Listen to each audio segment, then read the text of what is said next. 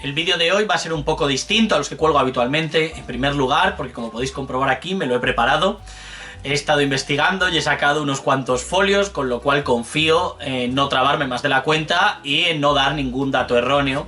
Y en segundo lugar, este vídeo va a ser un poco distinto porque no hablo de un tema que me guste, sino de un tema que no me gusta nada, que es la censura cinematográfica. Y concretamente del Código Hays, del infame Código Hays, que se impuso en los años 20 y duró hasta bien entrados los 60 en Hollywood, y que afectó a miles de producciones cinematográficas. De forma que, ¿qué es el Código Hays, no? Empecemos por el principio. El Código Hays es una forma de censura autoimpuesta por la Asociación de Productores y Distribuidores de Películas de América, la MPPDA, que, en fin, tomaron esta decisión, decidieron ponerse esta serie de normas porque había muchos estados de Estados Unidos que habían impuesto sus propias censuras individuales y muchos de estos pequeños códigos pues eran incluso contradictorios entre sí, y pensaron que de esta forma iban a poder acallar las críticas y que iba a ser una forma mucho más fácil, ¿no?, de poder organizar las producciones. Y en este sentido pues tuvieron razón, acertaron, pero claro, a costa de la libertad creativa pues de los directores y de los guionistas, incluso de los productores que individualmente trabajaban en esta o en aquella película. De hecho, no podemos calificar este código como autorregulación. Yo cuando lo estudié en la universidad lo llamaban autorregulación y no es cierto, porque cuando tú estás imponiendo una serie de normas a otra persona, a un creador, a un artista, a una persona que está intentando hacer su trabajo dignamente, está intentando contar historias y que se ve obligado a cortar cosas o a cambiar diálogos porque si no su película nunca es estrenada, pues esto es censura previa, como ha habido pues en muchos países. Entonces empecemos contando que el código se implantó en 1922 después de una serie de escándalos y de que hubiera una mala prensa terrible con respecto a las cosas que pasaban en Hollywood. En primer lugar, porque hubo un asesinato, el asesinato de William Desmond Taylor, y también había varios escándalos de abusos sexuales. Uno de ellos, por cierto, es falso, que es la supuesta violación de Roscoe Fatty Arbuckle a una chiquilla. Esto no ocurrió de verdad y sin embargo, pues a Fatty le arruinaron la carrera y le hundieron. Sin embargo, no podemos ignorar que Hollywood ha sido durante muchos años un lugar muy peligroso y en el cual los abusos sexuales pues campaban a sus anchas, ¿no? Y es probable que lo siga siendo y que no sepamos qué es lo que está ocurriendo ahora mismo. Y de hecho Shirley Temple decía que la única razón por la que ella se había librado es porque la primera vez que un productor le enseñó el pene se rió de él, se rió en su cara y el otro se sintió tan mal que no supo qué hacer y a partir de entonces ya se libró. Pero lo normal no era que se libraran las chicas, sobre todo las menores de edad. Esto es un asunto que es cierto y que está bien hablarlo porque es un poco triste.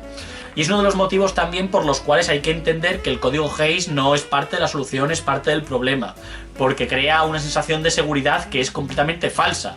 Esas cosas seguían ocurriendo detrás de las cámaras y de hecho en los años 40 y 50 ocurrían incluso más aún que en la era del cine mudo, y sin embargo parecía como que la prensa ya trataba a Hollywood de otra forma y esto ya estaba solucionado, etcétera, etcétera, etcétera. Entonces, este código se lo inventa un señor que se llama Will H. Hays, que fue contratado por la Asociación de Productores y Distribuidores de Películas, y que era pues un anciano presbiteriano republicano, y era todo lo que podemos esperar de un anciano presbiteriano republicano, ¿no? Y le pagaron la friolera de $100.000 al año, que ajustado a la inflación pues equivaldrían a $1,5 millones, pues por no hacer prácticamente nada, ¿verdad? El código pues ya fue criticado desde sus inicios, ¿de acuerdo? Muchos periódicos, sobre todo periódicos con una ideología más cercana a la izquierda, lo criticaron y les parecía que era muy absurdo, y en parte pues porque las normas que imponía eran muy estrictas. Decían que eran normas que eran marcadamente católicas, que estaban orientadas pues a una ideología. Y por ejemplo, el periódico The Nation dijo una cosa muy interesante, que es que al equiparar ley y justicia como si fueran lo mismo, no se puede hablar de los abusos de la ley, no se puede hablar de las injusticias, y sin embargo hay muchos actos de justicia, de rebelión, que han de ser ignorados o que no se pueden tratar, como es mismamente el Boston Tea Party, que es el origen de la Revolución Americana, ¿no? Y bueno, Durante mucho tiempo el código existía, pero no se aplicó. La gente se reía un poco de él. Y de hecho, en un periódico llamado The Hollywood Reporter, decían que directamente ya no es que fuera una broma, sino que era un recuerdo del pasado. Pero nosotros sabemos que esto no fue así. Que aunque los 8 primeros años del código prácticamente no se impuso de ninguna manera, luego esto cambiaría. Me parece que es un buen momento para enumerar los mandamientos de este código. Decir que están divididos en 2 partes. Una primera parte que son prohibiciones estrictas, cosas que no se pueden incluir en las películas, y una segunda parte de elementos con los que habría que tener cuidado. En primer lugar, la blasfemia. Lo primero de todo es la blasfemia. No se pueden utilizar las palabras Dios, el Señor, Jesús o Cristo si no es en un contexto religioso válido. Y palabras como maldición, que tampoco es muy dura, pero infiernos o cosas similares, por norma general están estrictamente prohibidas. Nada que sugiera desnudos, pero ni siquiera una silueta. No se pueden sacar, ya no solamente que no se pueda sacar una mujer desnuda, sino que no se puede insinuar que lo está. También habría que tener cuidado pues con piernas o con cosas similares y piezas de lencería, ¿no? En tercer lugar, está terminantemente prohibida la aparición de drogas, o al menos tráfico ilegal de drogas. Sabéis que en inglés drugs se utiliza también para medicinas, pero no se pueden sacar, pues no se pueden sacar drogas. Tampoco se pueden sacar perversiones sexuales, o lo que se considerase perversiones sexuales en aquel entonces. Esto evidentemente pues incluye también cosas tan normales como la homosexualidad. Tampoco se pueden incluir lo que llaman en inglés white slavery, que es la esclavitud, pero por parte de blancos. Esto significa que puedes sacar a esclavistas árabes, y de hecho en los relatos de aventuras de la época era relativamente común encontrar esclavistas árabes, y sin embargo es imposible encontrar esclavistas blancos, que sabemos que son más habituales, más frecuentes y más peligrosos. También está terminantemente prohibido las relaciones sexuales entre miembros de distintas razas. Es decir, no puede haber matrimonios mixtos ni nada por el estilo, lo cual es especialmente repugnante porque lo consideran que es algo moral, lo consideran como algo positivo el imponer esta prohibición. También he visto que desgraciadamente cada vez en Estados Unidos parece que hay más segregación, y he leído en algún lado que habían bajado los matrimonios mixtos. Yo estoy de acuerdo con lo de que decía Lemmy, de que aquí lo que tendríamos que hacer es follarnos todos con todos y acabar todos color café. El siguiente punto es la higiene sexual. No debe aparecer en las películas ni debe mencionarse, pero tampoco debe haber ninguna mención a enfermedades venéreas. Con lo cual, muchas películas históricas a lo mejor, que incluso no tienen por qué tener un trasfondo picantón, pues no se puede utilizar la palabra sífilis, por ejemplo, ni nada por el estilo. No puede haber escenas de partos, y de nuevo tampoco se pueden intuir ni aparecer la silueta. Esto ya es bastante extraño y bastante curioso. Tampoco puede haber ninguna mención a los órganos sexuales de los niños. No se puede ridiculizar al clero bajo ninguna circunstancia. Y el último punto de estas prohibiciones es que no se puede ofender a ninguna raza, nación o credo. Aunque mis credos ya han sido ofendidos con varios de los puntos anteriores. Luego está la segunda parte, que es bastante más larga, que son las cosas que quizás podrían aparecer en la película si se tratan con cuidado. Lo primero de todo es el uso de la bandera de los Estados Unidos. A ver cómo se usa y para qué se usa. En segundo lugar, las relaciones internacionales. Hay que tener mucho cuidado. Luego también aparece que el uso de armas de fuego, que hay que tener cuidado con una lista enorme de tipos de violencia, que son, pues eso, el robo, el asalto, abrir cajas fuertes, dinamitar trenes, etcétera, etcétera. La simpatía hacia los criminales está terminantemente prohibida. La sedición, esto ya empieza a aparecer el Tribunal Constitucional. Crueldad con niños y animales. La venta de mujeres o mujeres vendiendo su virtud. Por supuestísimo, la mención de violación está prohibida también, o al menos habría que tratarla con cuidado. Y esto ya es lo siguiente paso, que es directamente hombres y mujeres en la cama juntos. Esto, de hecho, si sabéis de series americanas, de la historia de la televisión, era muy frecuente que los matrimonios estuvieran en 2 camas separadas cuando tenían que hablar por las noches para, pues eso, para poder saltarse este punto. Operaciones quirúrgicas. ¿Que por qué una operación quirúrgica va a tener va a ser objeto de censura? Pues lo es.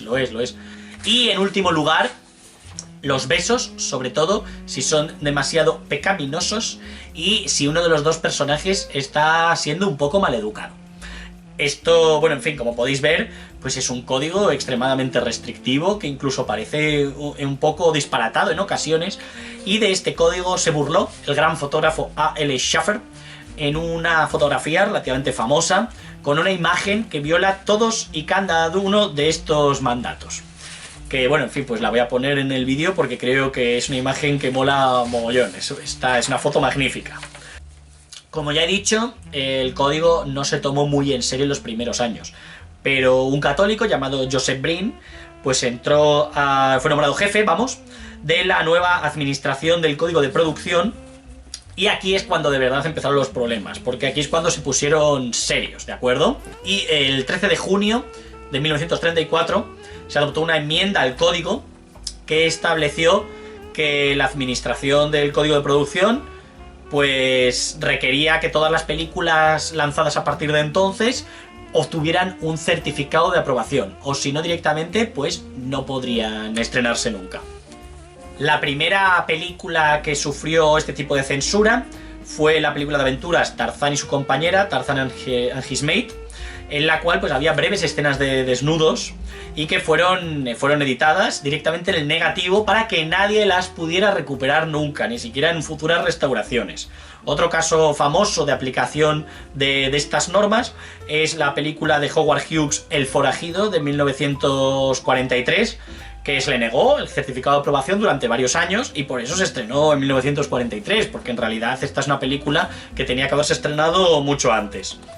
Un dato interesante es que esta oficina, que tenía un carácter marcadamente moralista y proamericano, que supuestamente estaba velando por la ética y que estaba velando porque la educación, ¿no?, de las nuevas generaciones de americanos, sin embargo participó en censura política del lado de los nazis. Porque antes de que llegase el 42, antes de que comenzara a estar dentro de la guerra, Estados Unidos, pues el Hollywood tenía buenos tratos con el Reich y estrenaban allí películas y tenían mucho cuidado de no sacar nada que pudiera enfadar a los nacionalsocialistas. Esto es gravísimo, como podréis comprender, esto es gravísimo. Y por ejemplo, Warner Bros. Quiso hacer una película sobre los horrores de los campos de concentración nazis, que probablemente no habría sido una película muy fiel porque aún no se sabía el alcance de dichos horrores, ¿no? Solamente se podía intuir. Sin embargo, la oficina de producción lo prohibió. Decidió que que esto no se podía sacar y que esa película no iba a existir. Porque no pueden sacar bajo una luz desfavorable pues las decisiones políticas de otros países. Fue a partir de 1938 cuando el FBI empezó a actuar contra grupos nazis que estaban infiltrados en Estados Unidos, y fue entonces ya pues cuando se decidió que, incluso cumpliendo el código Hays, las películas de Hollywood ya podían sacar nazis como si fueran malos. Comprenderéis que con estas normas tan estrictas, pues el cine de gángsteres, sobre todo el de Warner Bros., que en aquella época estaba triunfando entre distintas capas de la sociedad, pues desapareció casi por completo. Pues empezaron a hacerse menos películas de gángsteres y eran mucho más mojigatas. Con la guerra hubo un segundo tipo de censura, que era la censura del gobierno de Estados Unidos, que esta, sin embargo, pues es una censura que nadie criticó y con la que todo el mundo parecía estar de acuerdo, porque tenía que ver con proteger a los soldados y proteger pues secretos de Estado, ¿no? Y se censuraban, pues no solamente se censuraban cartas, se censuraban los artículos de los periódicos y se censuraban las imágenes que se grababan. Las cosas empeoraron aún más después de la Segunda Guerra Mundial, con la llegada de la Guerra Fría y el miedo americano a la infiltración soviética. Entonces, aquí evidentemente me he apuntado la historia de uno de los guionistas más famosos de todos los tiempos, que es Dalton Trumbo y los famosos 10 de Hollywood, ¿no? Que eran unos guionistas que fueron acusados de socialistas, en muchos casos porque habían militado en el Partido Comunista Americano, que recordemos que era un partido político perfectamente legal, y pues se les acusó de espionaje y les dijeron que si entregaban a sus compañeros y daban nombres, pues se les dejaría marchar y que si no tendrían que pasar por la cárcel. Se negaron, consideraron que esto era una situación anticonstitucional y pensaron que la justicia les acabaría dando la razón, y no fue así. Les metieron en la cárcel y luego cuando salieron de la cárcel tuvieron problemas gravísimos porque no pudieron conseguir trabajo, ¿no? En 1951 el código se hizo mucho más rígido porque se explicaron más palabras y más temas que estaban prohibidos. Y en 1954 Brin, que como ya he contado es verdaderamente el artífice de todo esto, pues se retiró, debido en gran parte pues a problemas suyos de salud, y nombró como sucesor a Geoffrey Sherlock. Así pasaron los años 50 y buena parte de los 60, pero se vio que la situación era inviable, entre otras cosas porque aunque en Europa, en algunos países de Europa, tenían sus propias formas de censura, en España estábamos en pleno franquismo, y en Inglaterra tenían un tipo de censura que la verdad es que era bastante estricta. Sin embargo, había películas europeas que llegaban a Estados Unidos y que allí eran un éxito, y que sin embargo pues trataban temas que estaban prohibidos y que parecían más modernas y que parecían más realistas. De forma que era evidente que esto había que cambiarlo de algún modo, ¿no? Y es así como nace el sistema de calificación por edades. Es un sistema que inventó la asociación para como una especie de sustitución del código Hays. Originalmente los rangos eran G, que significa pues exhibición general para todos los públicos, ¿no? M, que es audiencias maduras, y R, que es restringido, ¿no? Que es para mayores. Y luego X significa extremadamente gráfico. Luego todos sabemos que la calificación X al final se acabaría usando únicamente para pornografía, ¿verdad? A finales de 1968 Geoffrey Sherlock dejó su cargo, pero continuó el sistema de calificación por edades, ¿no? En los 70 se quitó la M porque lo de públicos maduros parecía que era un tanto confuso, y se empezó a utilizar PG, que es con orientación de los padres, ¿no? Significa.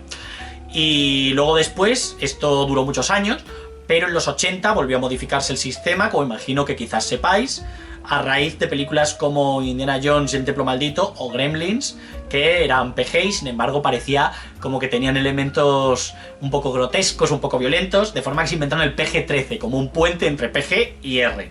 Y luego ya en los 90 la calificación X desapareció porque parecía que ya estaba totalmente asociada al mundo de la pornografía, y sustituyó por NC-17, que es prohibido menores de 17 años, ¿no? Que bueno, en fin, este es un tipo de películas que prácticamente no se ven, pues porque te quitan muchísimo público. Cuando al fin los cineastas se libraron del código Hays, hubo opiniones muy diversas, pero la inmensa mayoría de la gente estaba contenta y estaba a favor de que desapareciera esta forma de censura tan restrictiva.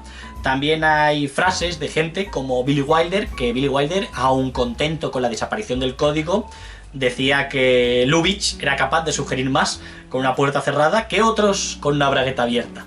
Este era un tipo de reacciones muy común porque, aunque a ningún cineasta le gusta ver su obra censurada, cortada o directamente que no se puede estrenar, sí es cierto que mucha gente consideraba que mejoraba la creatividad el hecho de estar encerrado en un pequeño pasillo porque te obliga a buscar alternativas. Hay muchísimos países que aún tienen sus propias formas de censura, pero nosotros estamos hablando de Hollywood, estamos hablando de Estados Unidos, y esto realmente no ha desaparecido nunca. Hay distintos movimientos que suben y bajan con respecto a qué se puede dejar ver, que no.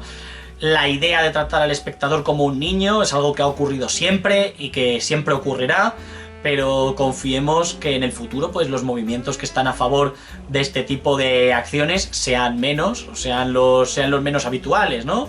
Sean voces discordantes, no la generalidad. A este respecto, el escritor Ray Bradbury en los 90 criticaba mucho la corrección política, que fue cuando se inventó un poco el término. En la última década hemos visto cómo el cine, no por motivos realmente religiosos ni éticos, sino sencillamente por una cuestión comercial, pues tenía muchísimo miedo al riesgo, muchísimo miedo a hacer cosas que pudiera parecer que estaban desafiando al público, y han tirado más por la mojigatería o por lo que podríamos llamar el mínimo común múltiplo, ¿no? El mínimo común denominador. Y entonces, pues las películas cada vez han ido siendo más caras, pero al mismo tiempo han ido siendo menos arriesgadas, menos interesantes en muchos aspectos. En este sentido, la televisión ha sido el refugio de todas estas producciones más arriesgadas, más complejas, más oscuras o con un sentido del humor más ácido. Y bueno, pues parece ser que ahora mismo no sabe muy bien qué es lo que está ocurriendo, pero ha habido ciertos movimientos que parecen indicar que los grandes servicios de streaming quieren imponer también normas muy parecidas. Y eso también tiene que ver con un problema que tiene nuestro consumo audiovisual, nuestro consumo de la cultura, que es que nosotros dependemos enteramente de servicios tecnológicos que nos proveen grandes empresas que tienen sus propias ideas, que tienen sus propios miedos y que tienen sus propios accionistas y que no se preocupan tanto del cliente como de eso mismo, de sus accionistas o de los beneficios que puedan sacar para el próximo trimestre. Esto es bastante serio porque nosotros como espectadores antes contábamos con material físico, contábamos con soportes físicos, con VHS, con DVDs, con Blu-rays, pero ahora mismo todo eso parece que está muriendo o que haya muerto. Contamos enteramente con los servicios de streaming para poder disfrutar de clásicos o todo tipo de películas, no necesariamente clásicos, y si el servicio de streaming o la plataforma que te lo está ofreciendo no desea que tú veas eso o desea cambiarlo porque no les gusta o no encaja con su línea editorial, pues no tienes ninguna forma de defenderte. Y ya no solamente es que cambie en el pasado, es que también afecta a las nuevas generaciones a las cuales tú quieres enseñar cosas y se las puedes enseñar no solamente desde un punto de vista de entretenimiento, sino también intelectual para aprender. Y hay muchas obras que parece que van a desaparecer en el olvido o que si se incluyen es con unos disclaimers larguísimos tratando al espectador como si fuera un niño pequeño o terriblemente pues cortadas o censuradas o modificadas. Y ya para finalizar, decir que en mi opinión todos estos métodos de regulación tan estrictos son un fracaso en su misma concepción. Porque tú no puedes esperar que las historias, que la narrativa, que la cultura, que el arte tenga el papel que debe tener pues la educación, que deben tener los colegios o que deben tener los padres. Eso es trasladar la responsabilidad al lugar equivocado. También decir que, en fin, son códigos que en muchas ocasiones son muy estúpidos, tremendamente inmaduros, que ven el mundo de una forma muy infantil, en blancos y negros. Y también comentar que hace las ficciones pues mucho menos interesantes realmente. Las hace menos realistas y hace que realmente impida que los autores puedan hablar desde el corazón, ser sinceros y contar las cosas que ellos quieren contar. Sobre todo la sinceridad es esencial en toda forma de narrativa, ya sea cine, televisión, cómics. Eso es lo más importante del mundo, es la sinceridad. Y me apena pensar que perdamos la sinceridad, ¿no?, en la sociedad y cada vez seamos como más hipócritas o mantengamos más ocultos nuestros pensamientos y nuestros sentimientos. Y hay dos motivos fundamentales por los cuales yo considero que este tipo de censura pues no solamente es ineficaz, sino que directamente es nociva.